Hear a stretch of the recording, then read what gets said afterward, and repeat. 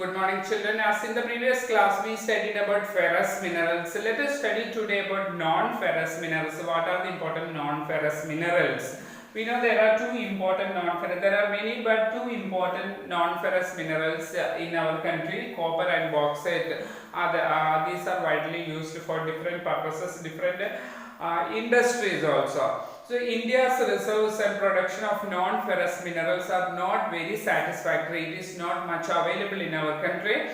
But however, these minerals including the copper, bauxite, lead, zinc and gold, these are playing a vital role in the number of metallurgical, engineering, electrical industries also. Different purposes or different industries, these minerals are widely used. Let us study about the importance of copper in our country. India is critically deficient in the reserves and production of copper. It's not much available in our country, and being malleable, we can see that it is very flexible and also ductile, which means stretchable. It can be stretchable. Also used in it's also a good conductor and mainly used in the copper is used in the electrical cables, electronics and chemical industries. These are the industries mainly copper is used. The Balaghat mines in the Madhya Pradesh region, Khetri mines in Rajasthan and the Singham district of Jharkhand. These are the leading producers of copper in our country. Coming to the bauxite, we know that we have studied bauxite. Aluminium is obtained from bauxite. So there several ores contain aluminium, but it is from the bauxite, a clay-like substance, that alumina is obtained. From alumina only later we are getting the aluminium. So bauxite deposits are formed by the decomposition of a wide ranges or wide varieties of rocks. From the decomposition of different types of rocks and aluminium or bauxite is obtained. Aluminium is an important metal because it combines the strength of metals such as iron with extreme lightness and also with good conductivity and great malleability. It can be flexible. It's also very lightweight only. So these are widely used in the different industries.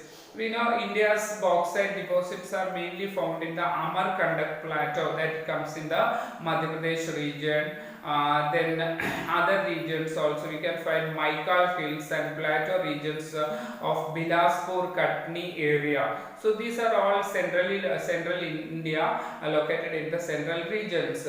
Odisha was the largest bauxite producing state in India in 2016-17. Also we can say Pachpatmali deposits of Koraput district are most important bauxite deposit in the state in Odisha.